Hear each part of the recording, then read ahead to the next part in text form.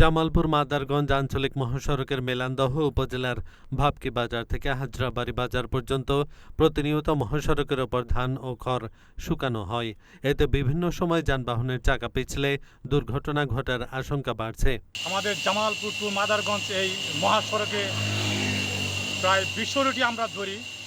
এখানে জনগণ ধান এবং খড় লাইরে দিচ্ছে, যার জন্য জনগণের যাতায়াতের খুব সমস্যা হচ্ছে এবং মাঝে মাঝে দুর্ঘটনা হচ্ছে। যাতে প্রশাসন এদিকে নজর রাখেন এই দৃষ্টি কামনা করছি।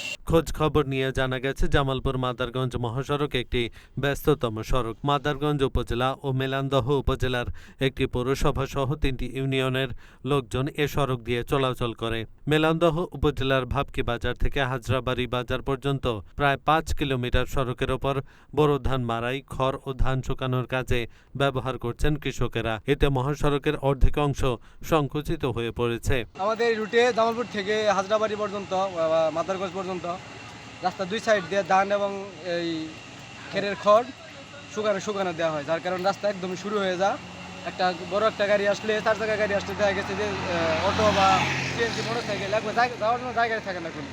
এটা তো খুব প্রশাসনের একটা নজর দেওয়া দরকার, কারণ এত অ্যাক্সিডেন্ট হওয়ার একটা প্রধান কারণ এটা। মহাসড়ক আইন 2021 অনুযায়ী ফসল, খড় বা অন্য কোনো পণ্য শুকানো বা এ ধরনের কোনো কাজে মহাসড়ক ব্যবহার করা যাবে না। তবুও প্রতি বছরের বোরো ধান কাটার সময় মহাসড়ক দখল করে ধান শুকানো হয়। এহসানুল হক, ঢাকা পোস্ট।